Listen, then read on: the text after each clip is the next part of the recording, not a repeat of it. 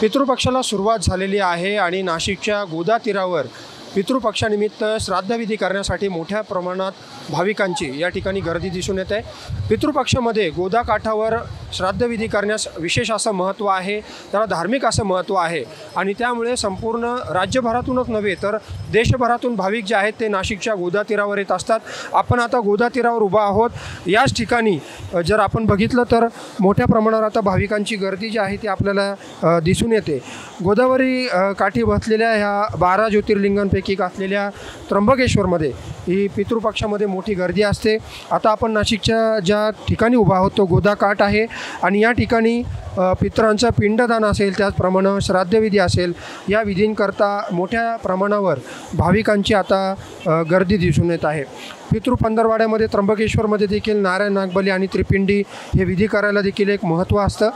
नाशिक या ठिकाणी देखील म्हणजे गोदावरी हे जे रामकुंडाचं जे तीर्थ आपण ज्या ठिकाणी उभा आहोत या ठिकाणी जे विधी आहेत म्हणजे नारायण नागबली असेल किंवा त्रिपिंडी असेल याला विशेष असं एक धार्मिक महत्त्व आहे।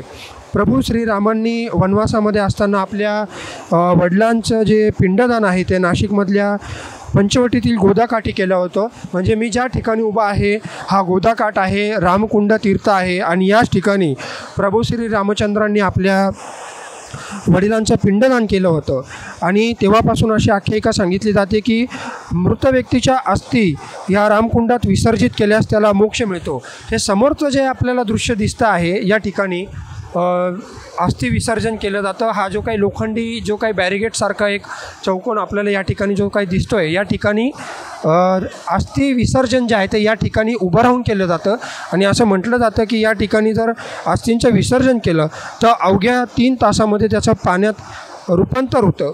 या ठिकाणी पिंडदानांनी श्राद्ध केल्यास आपल्या पितरांना देखील शांती आणि मोक्ष प्राप्त होतो असं देखील म्हटलं जातं। पितृपक्षात त्र्यंबकेश्वर इथं नारायण नागबली आणि त्रिपिंडीची पूजा केली जाते।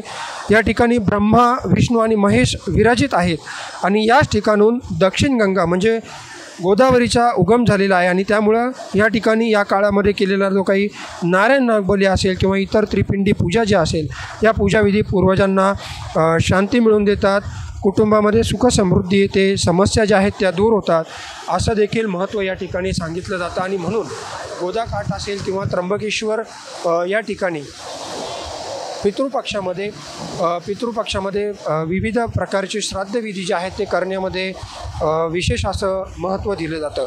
आपण या गोदा काठावर आता उभा आहोत। आपण माझ्या आजूबाजूला जर बघितलं तर भाविकांची मोठ्या प्रमाणावर गर्दी आपल्याला या ठिकाणून दिसून येते। महाराष्ट्रभरातूनच नव्हे तर संपूर्ण देशभरातून भाविक जे आहेत ते या ठिकाणी येत असतात। इथे पूजाविधीसाठी विशेष अशी सोय देखील केलेली आहे। पितरांचे जे काही पित्र घालायचे असतात, जे काही श्राद्धविधी करायचे असतात त्यासाठी एक विशेष अशी सुविधा या ठिकाणी उभारण्यात आलेली आहे। सध्या जर आपण पाहिलं तर नाशिक आणि परिसरामध्ये मोठ्या प्रमाणावर पाऊस देखील झालेला आहे। गेल्या 2 दिवसांपासून पावसानं जरी उघडीप दिली असली तरी धरण परिक्षेत्रामध्ये मोठ्या प्रमाणावर पाणीसाठा उपलब्ध झाल्यामुळे गंगापूर धरण असेल, दारणा धरण असेल आणि इतर धरणा परिसरामधून मोठ्या प्रमाणावर पाणी हे जे आहे ते विसर्ग सुरू आहे। आपण आता ज्या ठिकाणी उभा आहोत त्या गोदाकाठच्या परिसरामध्ये हा समोर होळकर पूल आपल्याला दिसतोय आणि गंगापूर धरणातून जो काही पाण्याचा विसर्ग आहे तो या गोदाकाठी येत असतो। होळकर पुलाच्या खालून हा गोदाकाठी मिसळत असतो आणि हे जे पाणी आहे आपण बघू शकतात की गोदावरीला पूर सदृश अशी परिस्थिती निर्माण झालेली आहे। 1100 क्युसेक इतका पाण्याचा विसर्ग हा गंगापूर धरणामधून सध्या सुरू आहे।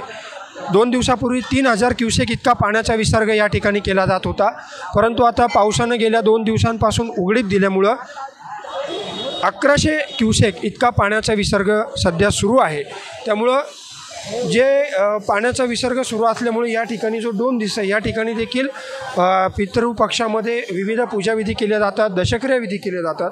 परंतु आता गोदाकाठ परिसरामध्ये लहान मंदिरं असतील किंवा गोदाकाठचा जो काही भाग असेल तो पाणी या भागामध्ये असल्यामुळे गोदाकाठच्या वरच्या परिसरात आपण जर माझ्यासमोर जे काही दृश्य आपण बघत आहात हे वस्त्रांतरगृह आहे रामकुंडावरचं आणि बाजूला जो काही गोदाकाठ आहे त्याच्या वरच्या परिसरामध्ये म्हणजे गोदाकाठाच्या वर या ठिकाणी वेगवेगळे पूजाविधी केले जात आहेत आणि पुढील 15 दिवस पितृपक्षातले जे काही 15 दिवस आहेत या काळामध्ये वेगवेगळ्या तिथींना या ठिकाणी गोदा स्नान करून हे पितरांना तृप्त करण्यासाठी, त्यांच्या आत्म्याला शांती मिळावी यासाठी या ठिकाणी हे पितृपक्षातील वेगवेगळे तर्पणविधी असतील, महालय श्राद्ध असतील, हे या ठिकाणी केले जातील.